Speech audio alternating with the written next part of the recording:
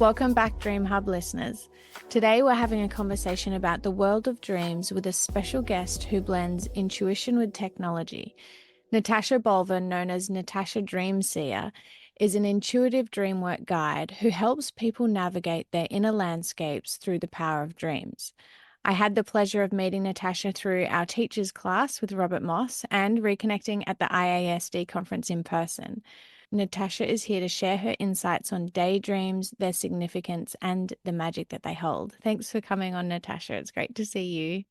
Yeah, nice seeing you again. And so thank you for inviting me to be on your show.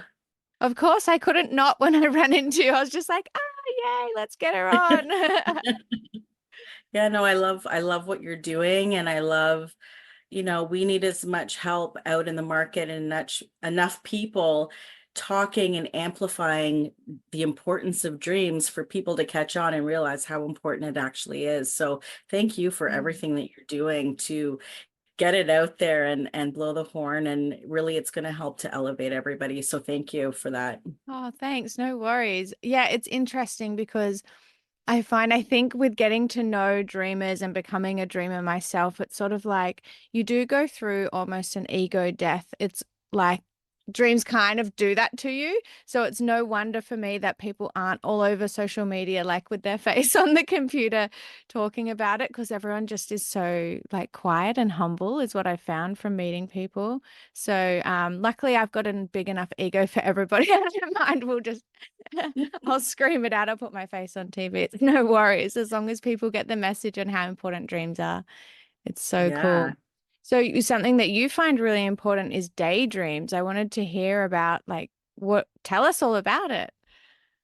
So it actually came, I've always been thinking about it, as a way of, because we talk a lot about the nocturnal dreams, right? And so, but we spend a lot of time daydreaming or lost in reverie. And for me, that's been something that has been a lifelong issue, I should say, because my parents would always be like, "Get your head out of the clouds. Like, what are you daydreaming about?" Because I get lost in reverie a lot. And so it was actually the reason that I chose this as a topic was because when I listened to your podcast that you were a guest on, I think I can't remember which podcast it was, but you were sharing your story, about ADHD and how Mm. that, and how that has, um, worked for you. Yeah, I guess harnessed it in a certain ways. And it reminded me of something that I was identified as, because I've always been like, oh, I don't like these labels. I don't feel totally ADHD.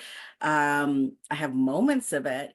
And then there's that neurodivergent term, which again, I feel like we're on a spectrum, and I don't feel super, heavy with that. But something that was identified to me in a program that I'm taking was, identified as a maladaptive daydreamer. And so I spend a lot of time, kind of lost. And I used to think it was just my Myers-Briggs profile. I don't know if you've ever done one of those, but it kind of tells you. And it's like I always had the visionary quality. So I've always been kind of lost in the clouds, so to speak. I am creative in my world of marketing, but always thinking of ideas, like a billion ideas. Some happen, and some don't. And so I've kind of had this story around my life, where it's like people didn't know what I was up to. I've done many different things. I was an art auctioneer at one stage. I was at this, I was at that. So always trying new things because I've always had these creative and sort of visionary impulses, right? And some would be like, my parents would say, are you going to make any money off of that? And I'm like, I don't know. I just want to daydream. I just like, I feel like, so I have a strong fantasy side to me. And, but it also was something that I had to learn how to harness, because you can be lost I could be lost lying there for like an hour and a half. And meanwhile, my to-do list wasn't really moving. And so I've had to learn how to hyper focus to get a lot of things done, and I'm sure you can relate to that. It's like you've got to like just be like, okay, just Yeah, out. I have to, I force myself to do a power hour because Mm, otherwise, I mean, it's not that I don't get anything done. I feel like I'm with you where my mind is probably in three places at once. And then Yeah. my body's physically doing something else, but then my attention jumps from one thing to the next. So I'll be like constantly productive, but just on about 70 things. And that's not always very helpful for everyone else around me. So Right. I yeah, know. so I kind of like a little bit of your problem. I'm like, so that I can't get some things done, but I get what you're saying. And so I think it's, for me, it shows up because they actually say 25% of maladaptive daydreamers actually have some ADHD in there. So what is a And maladaptive daydreamer? Like, can you so it's kind of like where maladaptive almost seems like it's a negative thing, and instead of sort of adapting, you're kind of in this reverse position. Um, and so it can slow you down, right? It's like the minute I hear a song, sometimes I'm lost in this Mm, moment of reverie. I'm very grounded. I know where I'm at. I know what I'm at, but I can easily get distracted because not from thoughts moving from one thing to another. It's creating these whole scenarios um, of fantasy and story and things like that. And so, I am a writer. I mean, I do write, I journal heavily and things like that. And I was always into creative writing. I've always loved art and fine art. And so that I went into that and those things, but it's kind of this dreamlike quality where you can almost be stuck in it to the point that it takes away from your ability to be productive. mm, Right. It's like with any of the sort of labels that might be out there, like there's, too much of a good thing and you're not getting anything done. And mhm. so I wouldn't say, I would say actually I'm lying, easily distracted. Um but yeah, I can go into that. Song will trip that off, a whole Mm, scenario of things, will trigger that. And one of the things that I really wanted to be a voice for in the scope of dreaming as well is the daydreamer, the person mm, that is lost in those moments of reverie and has, I mean, I get incredible images um fully awake. And so yes, there is that portion of, yes, I'm still conscious, mm, right? And obviously when we're nocturnal, that's all lights out.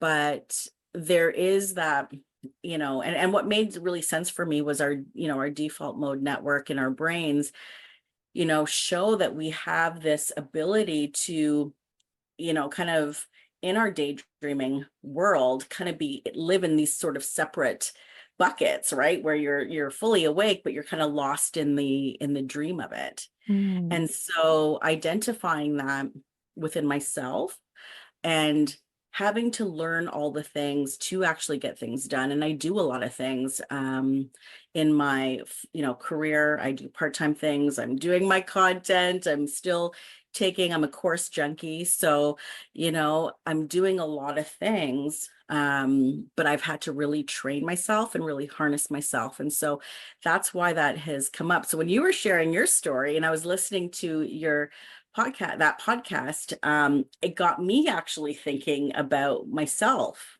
right? And going back to my childhood, and I was like daydreaming, like I did so much of that, and I was trying to figure out a way to bring it into the world, and so that triggered off. So thank you for sharing your story mm. because in a weird kind of way, it made me think about Yeah. myself. Yeah, definitely. No, I see how that's related, of course. So when you're daydreaming, is it like, because I know for me, it's sort of like the background of reality just disappears away, like the wall or whatever it is that you're staring at is just gone. And all of a sudden you kind of sink inwards. And then it's almost like, can you tell the difference between like your nighttime dream and your daydream in like the clarity and the vividness, or is it all kind of quite similar? Because, yeah, for me, I suppose it's sort of, I don't know, they feel really similar. They feel really similar, Mm. actually. I mean, I go into the daydreaming like I'm in it. I mean, I have full cries and everything Yeah. on a scenario that I've like conjured up in my brain. And it's not rumination, right? It's not me going in a circle. It's me getting caught up in this beautiful story or caught up and or saying something that I wanted to say and just never felt the courage to say. And then it goes off into an enactment, right? And Mm. so that kind of stuff, it really happens. So it feels very embodied, Yeah. And so is like our there a lot of memories and then it's like then your daydream is creating what happens next? Or is there a lot of like fiction things that happen? Or what's the sort Well, of content of them? I'll give you a really good example of what that is. And that happened to me a couple weekends, actually the first weekend of the month of July. I was at the beach here and I love Ontario beaches. They're nothing like Australian beaches, but they have their beauty. And so I was there and I was going into the water. The funny thing is on the drive there, so it's a 3 hour drive. I'm telling my best friend who has, heard me throughout my life, talking about my dreams and all the weird scenarios. And I was telling her that I'd had a dream with all my family and my brother was in it, my cousins were in it. And the theme around it was death. It wasn't a negative dream by any means, but the theme of death was present. And so I was sharing that dream with her going up, forgot about it. The day carries on. We're set up on the beach. We've got our cooler, we've got our chairs out. And so we go into the water and then we're kind of swimming around. And I kept having this visual, so morbid, of like a body underneath. I kept having that visual, like, what if a body floated up, right? That Mm. thought kind of quickly ran through my brain. And then I dispelled it, didn't bother. I didn't share it, but I'd seen it. And then, few hours later, maybe 2.5, 3 hours later, I'm back in the water. And at this point, I'm by myself, kind of having a conversation, face towards the sun and just being in a moment of stillness. And all of a sudden, the image came back, like, but clear, like so clear. And it was like a middle-aged man in a business white shirt, floating up to the surface. And it looked like he was overworked or he was like this, caught in the rat race kind of Mhm. scenario. And I was like, holy shit, like, why is this what is with this? And then it just like dawned on me because I stopped right there and then, and I really understood in that moment the overarching theme for me, which was I'm going through my own little phantom death out here these days. It is like I'm actually processing that in my waking life. And when I'm out there talking and I'm in this moment of stillness because I wanted to be really still in the water, and then all of a sudden it came flooding in, that was the messaging, Mhm. Like death that to the rat race. yeah, What a death beautiful rat place for you race. to be in, like for that to come through, like just chilling in the ocean. Like Ocean, that could have then been it more comes of a up. perfect spot. Well, and it's reflecting what, ultimately what I would love to have in my life anyway. So it's Yeah. kind of like, but it was really reflective. I was like, what is the thing? And then it kind of came together. And I was like, you know what? I'm going through a death of the way of being in my life. I'm at a stage in my life where I'm Mm. thinking about different things and how I want the rest of my life to look. It's a lot different, when you're 25 and 30 versus you're in your middle years and growing, where you're like, oh, okay, how do I want my life to live? And I've been talking about feeling just very different in my body, good, but different, and adjusting to that. And so it was just this incredible reflection. And that's where it really kind of came full circle. And I was like, you know what? Daydreams are so powerful because all day long, like, I mean, you hear it all the time, people that tell you that they don't dream. Hmm. Constantly. I'm like, I don't want to call Right. you a liar, but misinformed. Just so you know. Yeah. Um, but we hear it all the time, right? People that say they never dream. We know that they do, they don't remember them, but there's also the fact of, but you're visioning Mm, all day. mm.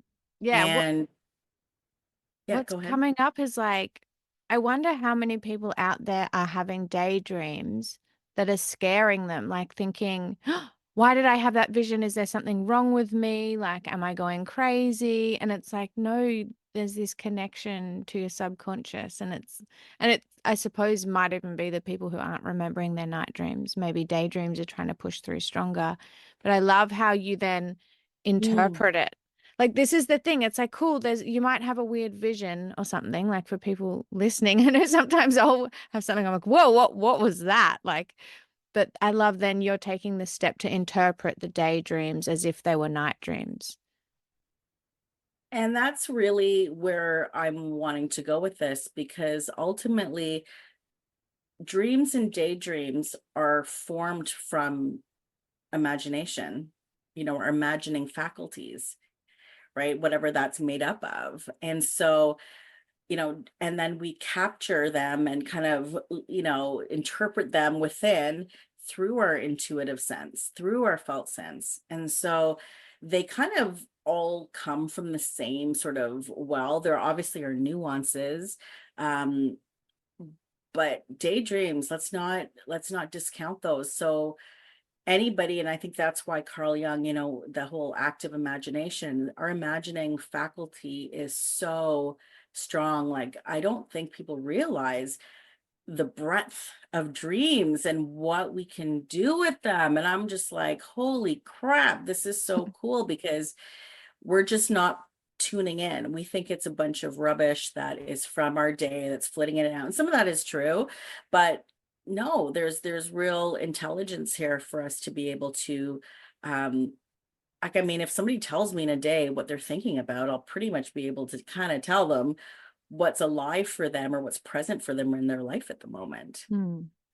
Hmm. Right. So I think it's like even going through, somebody who keeps, sharing, you can see where somebody's at based on even the quotes that they share on Instagram stories, right? You could know what they're processing. I'm like, okay, I know what she's processing right now. Like, we are so, it's like they say people are mirrors, but we ourselves are a mirror reflection. And Yeah, so, looking inward and with that third eye, vision, the answers are definitely there. We're just so used to looking for them outside of ourselves. definitely. Do you think that in saying that about like our dreams can just be processing what happened during the day and things like that, do you feel like that because of this, that maybe the daydreams may be even the more powerful ones sometimes? Well, that's given me something to think about there. Mm. Um, I don't know if I think it's here's the thing, there's some cool things that I know happen in my nocturnal dreams, and I know for you too, that are just so epic and so beyond. And the fact that you're sleeping is even more profound. It's like it's like epic, right? Yeah. Um, so but have I had experiences that actually are quite close? Yeah, because hypnagogia, like, it's like when that you're about to fall asleep and then you have these tremendous visuals or experiences that actually happen in that liminal state. So I do believe that they should be looked at. I think they need to be admired on their own Hmm. and respected in their own right. But I like the fact that, and I love that you picked that up earlier, which is interpreting them as though they were, as though I would my well, why wouldn't I? Right. And I Hmm. think if you start to look at all of the facets and really appreciate all the facets of dreaming, like, some people are heavy lucid dreamers. I know you lucid dream quite a bit. Um, Other people are, for me, I astral travel a lot. So for me, and it's spontaneous actually. Sometimes try it's when I'm trying, sometimes, and then it'll happen. But most of the time I don't really try it. It's like it just happens. And I'm like, oh, nice. Here we go. Uh, and so for different people, I think we all have something that's sort of, different, or what we lean on. Some people have more healing and prophetic. I want to experience it, all of it. Hmm. Like, I'm down for it all. And I think one of the things that I think teaching or inspiring people to really look at daydreams, because you said it earlier too, which is, could people be not kind of discounting their dreams, their daydreams, because they're so, powerful and maybe weird and things like that. And they're thinking, oh, they're spooked out by that. I think overall, if we can start to really embrace the weirdness and the darkness, we can just be like, yeah, let's go, right? I think we would be better off because I've now worked with a few people who have, what they thought was such a disturbing dream that it sat with them for years. Um, because they were too embarrassed to tell anybody. And when after working with them, and I know this has happened for you, where they were just like, I did not see it that way. Like, holy smoly. And then they see the beauty and they see that, I think embracing the day and night is embracing the light and dark of ourselves. And I think if we can encourage people to do more of that, then they could really see the fullness and experience the fullness that's contained in the dreams. Yeah, I agree. And I love writing down. Well, what I've been doing is writing like a day journal and then a night journal. So what I did in the day and what came up for me, and then what my dreams were, and so that they can relate. That's But great. I'd never thought of including daydreams. Like I think the thing is, I probably wish I had more time to daydream, and I'm constantly used to being like, Mel, get your attention back, get your attention back. So I'm shutting them down without Oh, yeah. realizing. And I'm glad that I'm talking to you now because I'm going to be like, give me a minute. I'm in a dream. And they're like, ah, my family's sick of waiting for me in the morning so I can write my dreams. So we're like, not in the day. I But I know think now that that's too. it's really important. So do you do that? Like say you're having a cup of tea and you drift off and you have a daydream, do you journal it or do you just sort of enjoy it and let it go? I Because do. otherwise you'd I be think writing all day. I do. I'm the same way with even my nocturnal dreams. I mean, there's periods where I'm lazy and I Mm, don't necessarily do it because guess what? I'm going to dream tomorrow. Like it doesn't matter. And because I dream pretty much 95% of, because once you're in it, I mean, you're in it, right? And we dream a lot. hmm If you're a strong dreamer and you're actively engaged with dreaming and writing things down, you're inviting more of that to happen. And I wouldn't have it any other way, right? Yeah. But yeah, it's gonna get things like what I just shared is something that I would absolutely remember. I get a lot of creative hits through reverie, moments where I'm lost and suddenly like a quote flies through or an idea that I need to copyright for somebody. It all happens. I don't really sit down to brainstorm. Mm, I go for a meditate. I meditate or I go for a walk. Nature has that beautiful way of transmuting energy. I tell what I want. I'm like, okay, this is what I'm working on. I kind of look around and then it comes like boom, right in. And I think what it is for me is creating stillness and periods of stillness. And because, man, we got so much chatter going on upstairs, to allow those beautiful messages to have a space to get in there and actually marinate in there for a bit. So I think, no, I don't journal every single one, but I do write quite a bit. So I have notes everywhere. I have voice notes. I have notes on my, yeah, like little bits of paper everywhere. Not paper literally, but I have like different journals and different things. So if I yeah. grab it, yeah. And then it's something that I'll consciously do a lot more, but I think we're good. I like Yeah. what you suggested though. And I may have seen that on a post that you did, but I like the idea of writing it in the day and then writing something in the evening. I think that's actually a really good practice. For a few reasons. And the reasons that I love is the main reason why I started it was so that I could start to understand my own dream language. And that was the symbology. And when I was having repeating symbols, like what was I doing in my life on those days or a few days before, so I could Yeah. figure out what it was. But the other reason is that I find that it's helpful for my memory. And when Mm, I've got a stronger memory, because like say at the end of the day, I have to sit there and recount what did I do today, like and start from breakfast or even going backwards, the way you remember your dreams sometimes. So by doing that, I'd remember more dreams, like more Yeah. details in them, because I was used to recounting, okay, what did I just do? And then it will all come back. Mm. Yeah, that's actually a really good practice. I do have an amazing memory that is slipping slowly, slowly, and Yeah. you've got children, right? Yeah. I feel like Yeah. I'm losing my memory and it's worrying me, but it's probably just because I'm so tired and I have so much going on. Yeah, Yeah. I feel like I'm surrounded. I think that's actually a common thing with a lot of women because that's what I'm encountering too, is they're like, it just goes, it slips so quickly Yeah. too, right? As soon as So, you get pregnant, you just feel dumber, like a lot dumber. They just drain it out of you. That's okay. It's going to a good cause. yeah, exactly. Yeah, so I think, it is something that I want to bring more of stillness, but because a lot of people are taking programs and courses to build their intuition, for example, right? Yeah, yeah. All the And there's a definite tie-in in there, where it's if we can create a little bit more unclutter the mental aspect of it a little bit and actually tune into those visions, that sort of increased, psychic awareness or third eye or clairvoyance, guess what? You actually already have it. Yes, we're all psychic. Yeah. How could you help people be able to figure out the difference between their thoughts and just what they're thinking versus a daydream?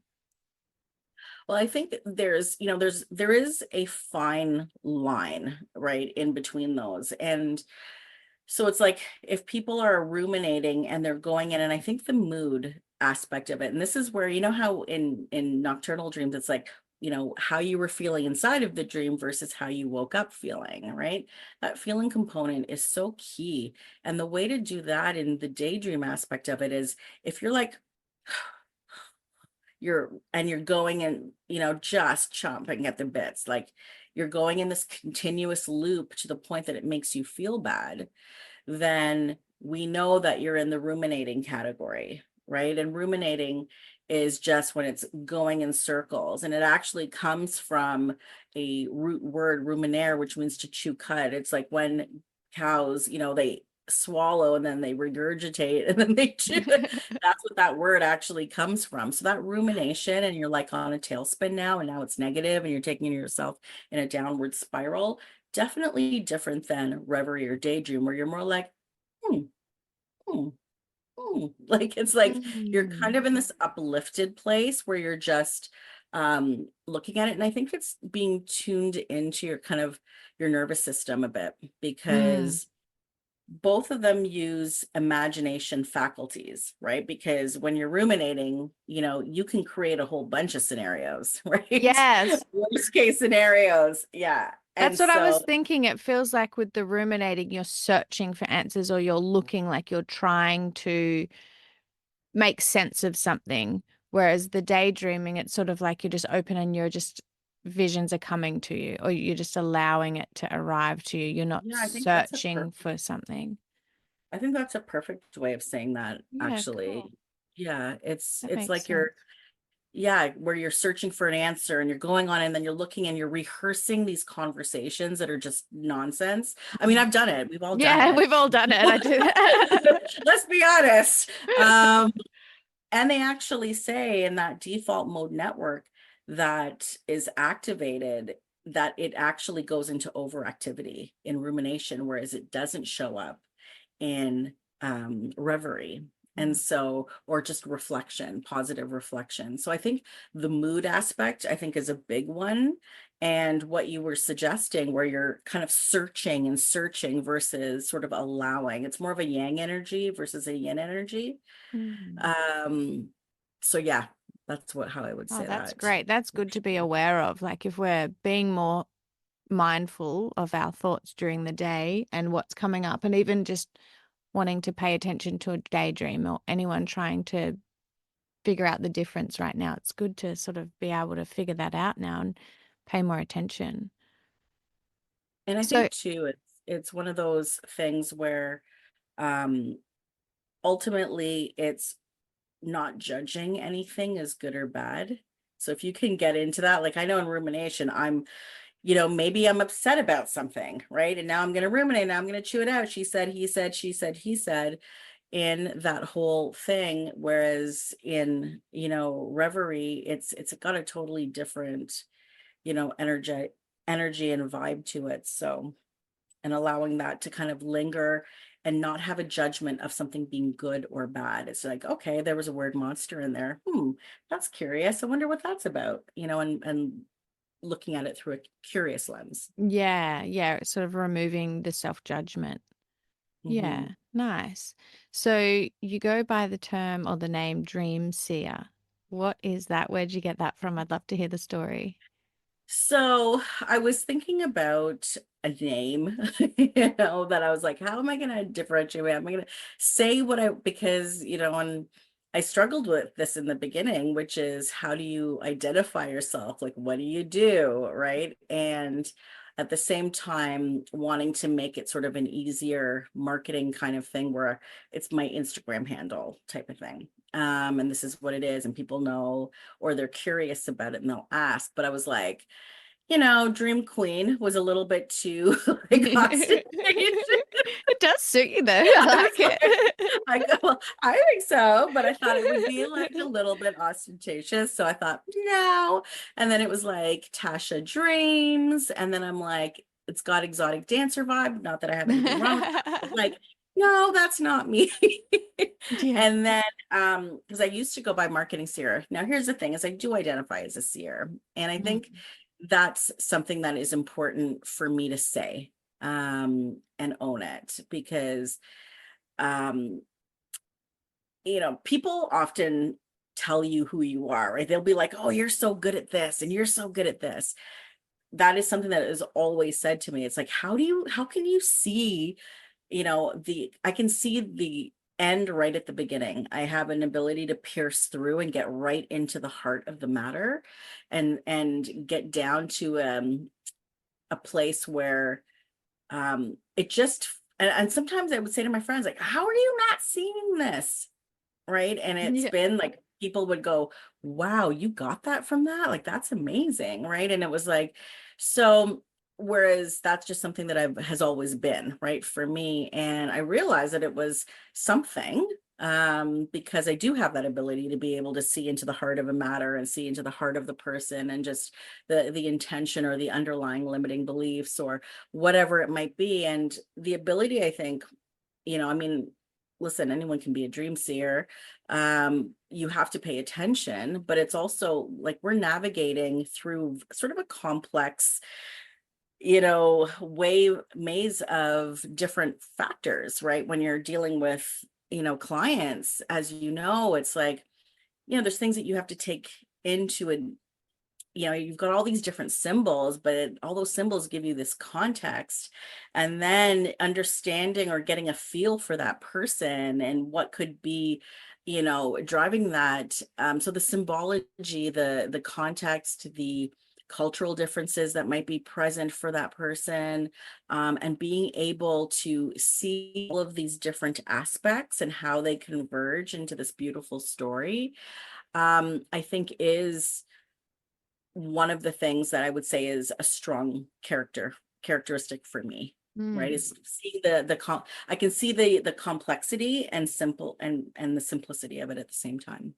Yeah, nice. You'd be great with doing dream work and dream interpretation for people. When Yes. you're doing that, like, I know for me, when I'm doing that with people, sometimes I can just get swept up in like feeling as if I'm in their dream. Like I can see the Yes. visuals and have that like create their own dream within my mind. Does that just happen to you all the Yeah. time? All constantly. Yeah. So and a lot of people that I work with, I mean, because a lot of my work is involved with visioning. And so I'm constantly in the state of like, oh yeah, we could do this and this. Going into the dream aspect of it and doing the one-on-ones has been absolutely profound. And that's why the daydream thing also came into, because when we're doing the dream work, I mean, we're not sleeping. Mm. And then active imagination kicks in. And then there's aspects that people are sharing about the dream that they didn't even consider or see while they're dreaming. The imagination starts to kick in. It's wild. And so being in that, I mean, I've cried several times at the end, like, oh my God, when you're fully in it and you're navigating somebody through their dream. What an experience, and I feel so honored to be, witness to it. And Yeah, it can be done. So that's where I'm also saying to people, listen, if you're having a vision that keeps repeating, let's work with it. Doesn't matter if it was something that you thought of. If it keeps kind of showing up for you in your waking life, that's a dream, that's a vision. And you know it's something that we can work with. Let's go into that vision, right, and bring it alive, or dream it forward, and see where we go with this. And so you can do that with a dream that's 30 years old, and bring it into the present, actually. And you can do that with daydreams as well. It's just allowing yourself the space for play, for curiosity, um, and imagination, and allowing it to take you, and allow it to have you land where it lands, right? And you take whatever you can from it and carry on. Mm, And you'd be surprised by, that if people did more of that, that they could really invite magic into their lives, you know? definitely. Yeah. Did you love when we were in class and we learnt about doing that in my dream of your dream, where we tried to sort of Yes. tap into each other's dreams to help out? I felt that was Yeah. really amazing. It is. It is amazing. And I loved the way that container was created to be able to do that, because there was still a sense of safety in doing that without anybody feeling like they were intruding in any Mm, way, yeah, changing the definitely. narrative.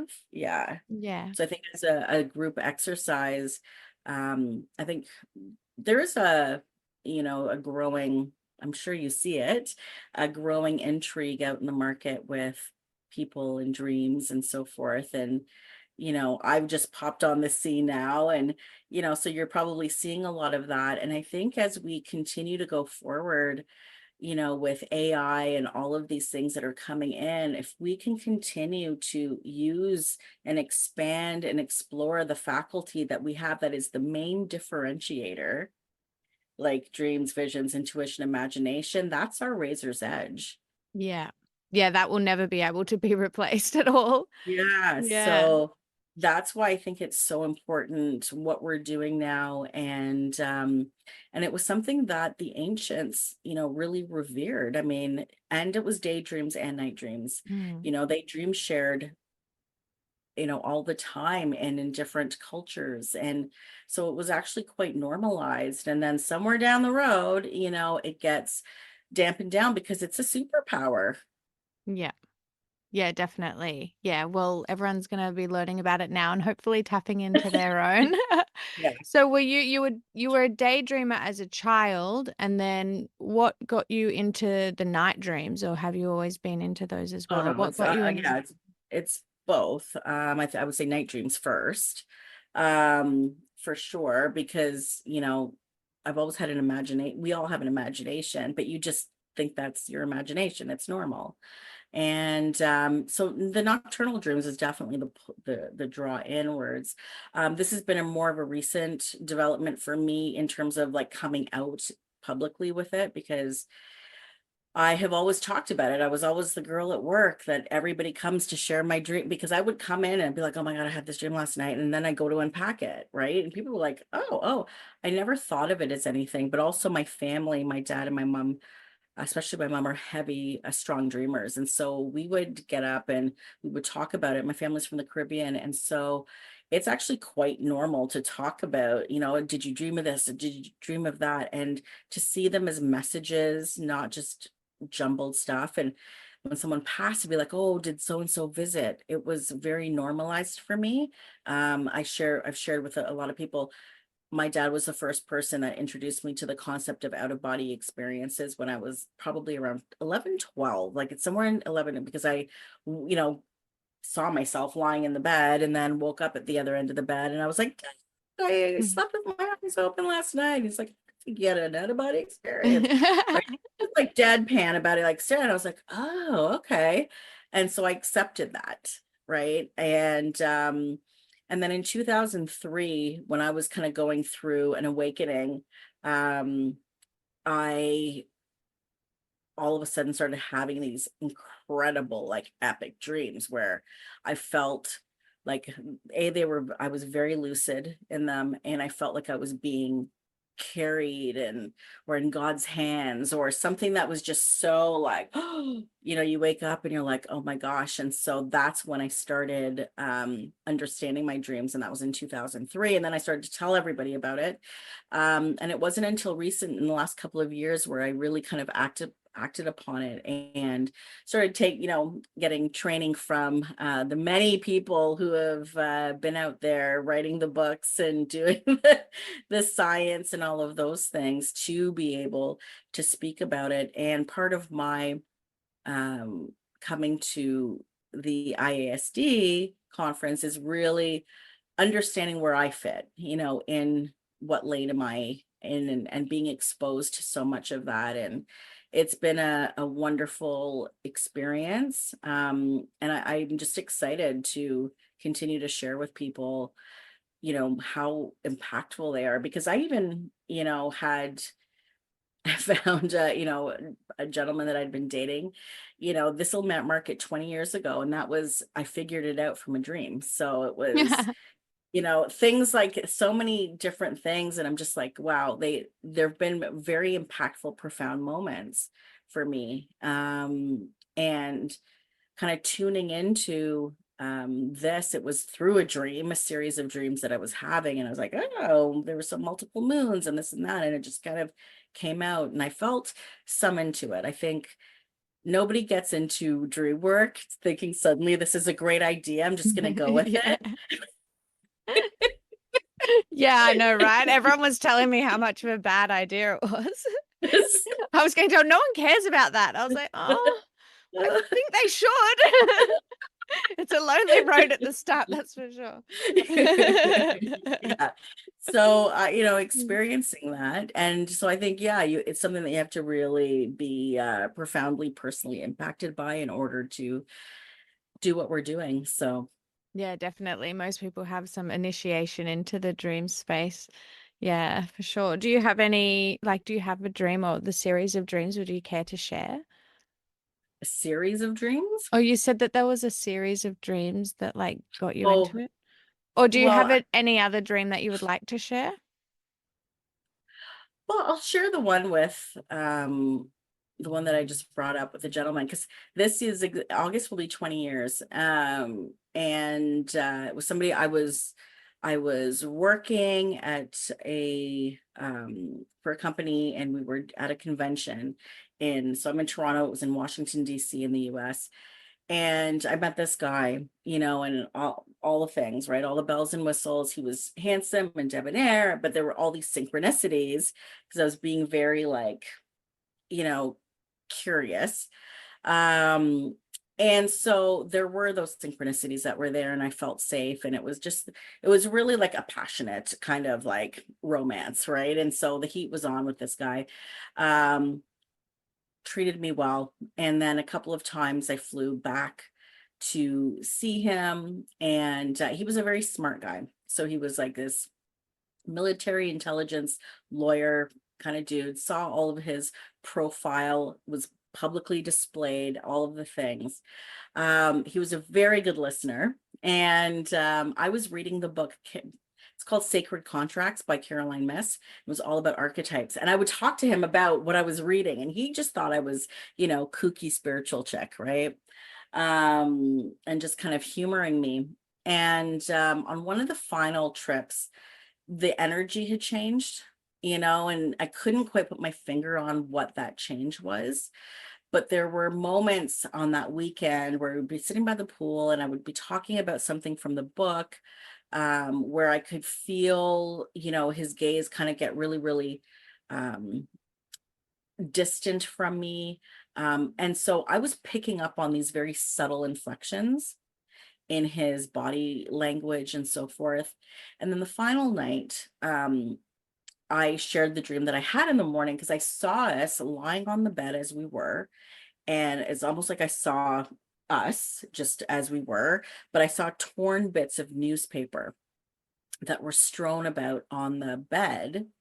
And then I saw an image of a cell phone, right? So I woke up and I was like, oh, I had this weird dream. So I'm telling him about the dream. Now I'm going, so newspaper. So there's information or something that needs to be shared, but it's in like bits of paper, like garbage. So something that needs to be like expelled. And I could just see like the muscles, his jaw just clench. I mean, and I literally was clueless, right? I'm not cluing in. I'm like, and a cell phone, well, a message is coming through, right? And he was just freaking in his body. And so at that point, I could tell that the vibe had changed for sure. And he was all freaked out. And even on our goodbye, it just wasn't the same. And so for a few weeks, I pondered that and I kept thinking about it and thinking about all these little things. And then one night I go to bed, it's about 10:30, and all of a sudden, I don't know if you've ever seen the movie The Usual Suspects, but it's such a classic movie. Anyway, so at the end, the guy sees all the clues. And it was like that. I all of a sudden went bing, bing, bing, bing, bing, and leapt out of my bed and started searching more information, more, things that I had seen, but that were accessible to me. But for some reason, this was the moment that I was meant to see it. And so I did, and then found out that he was married. And so, I was all devastated about it, but it was no doubt, you know, those kinds of little clues, because I don't consider that to be precognitive, Mm. because I had picked up on clues that I believe my dream Yeah. synced And it was to something solve. that was kind of already happening It was anyway. already It was just happening. like a warning telling you. Yeah. Yeah, Oh, exactly. So that's how I found out. Yeah. And then wow. This that is was it. reminding me. I made a meme or a post or a quote thing on Instagram a little while ago, and it was, don't underestimate the power of a girl. If she does not know something, she will somehow find out in a dream. That's reminding Yes, me of that's that. 1,000%, 100% it. Yes. Yeah. Wow. So I've had a few of those, but Yeah. so don't discount your dreams, people. They are definitely Definitely. tell you. Wow. So And yeah, and if you're doing the sneaky thing, you'll get caught. you'll get caught. Yes, exactly. So anyway, it Oh, was one of well, those moments where I'll never forget it, but also just the power of our dreams to be able to problem solve, to be that sleuth for us, because yes. we don't realize how much is problem solving for us and connecting those dots, like incredible. I'm just always blown away. Yeah, exactly. Yeah, it's like our subconscious picking up on all of the things that we have seen, but it didn't have time to get in and filter. But then there's also the higher powers and your higher self and your intuition and everything as well. And then even your out of body, like you could have been astral traveling and seeing things and picking up stuff there. It's like, I don't know, we were saying before, like dreams, not a lot of people are into them as much as we are. And it's such a niche topic. Like when people are like, oh, you're a Mm. dream therapist, like that's niche. And I'm like, it is. But then you think about once you're in dreams, there is so many different aspects and topics and ways that they work, and we can't even explain all of it. But it's just like there's so much in dreams. So I'm like, dreams isn't niche. It's like depending on even then you go into it further, there's so much, so many different Yeah, I aspects. mean, there's so many different facets of it, and there's all, which is exciting for me too, because it allows some exploration and knowing that I can explore those different things and those different aspects, because I've had healing dreams, warning dreams, prophetic dreams, precognitive. Like, I Hmm. mean, I think at this point I've had, most of the categories Yeah. covered, Yeah. but it is profound the fact that it can connect the dots and solve a problem. I mean, everyone's gone to sleep completely like confused over how to solve a problem, has gone to bed and woke up with clarity Yeah. That has happened to pretty much And it happens to everybody. everybody. Exactly. I Yeah. think that, yeah, the thing is that people aren't realizing that you can,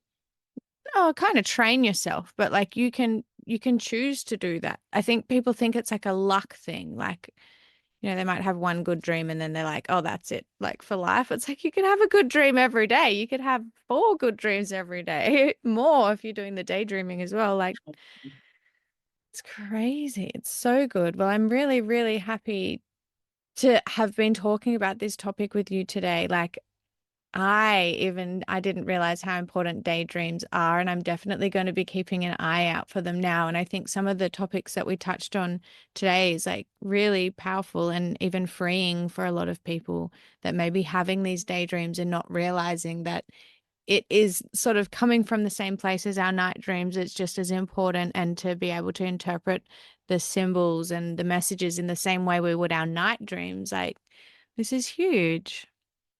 Yeah, I think so. And they've shown that the parts of our brain that are active during daydream are also activated during REM sleep specifically. So there is a profound correlation there. And so doing exactly what you said there, if we could treat it and honor it the same way, um, we would be able to tap into our highest selves, tap into the magic of ourselves and the power and confidence and clarity to kind of walk through life a lot better, calm, clear, Mm. and and connected. So Mm. Beautiful. yeah. Is there any last messages or anything that you wanted to bring up before we finish the episode? So for anyone that is wanting to explore their dreams, you're not remembering your dreams and you're thinking you've got a good night's sleep, and you don't want to ruin that. Don't worry, you don't have to. But at some point, most people have had a really profound dream that they woke up and felt impacted by. And what I suggest is don't let that one pass you by. Seek out the guidance of a dream work therapist, dream work guide who can actually help you to navigate that, because then you get to experience. It's not something you have to believe in. It once you've experienced something, it's like you can't unbelieve it. It's part of you, and there's beautiful messages. And once you tap into that, you open yourself up to more, and really realize what a profound connection that you have within you. Right. Just like breath is so important. And we do breath work, right? Yeah. Yeah. Pay to breathe, right? We Yeah. all know the profound effects of that. But dreaming is that capacity that we have. Everything began as a thought, as a dream, as a vision. And so we have that within us. And so my message is reclaim your power. That's gorgeous. Thank you for this amazing conversation, Natasha. You've really opened up and expanded my understanding on daydreams, and not just having them, but also on interpreting. So thank you so much for coming. And for those who want to explore more about Natasha's work, you can visit her website, natashadreamseer.com, and follow her on Instagram and TikTok, Natasha Dreamseer.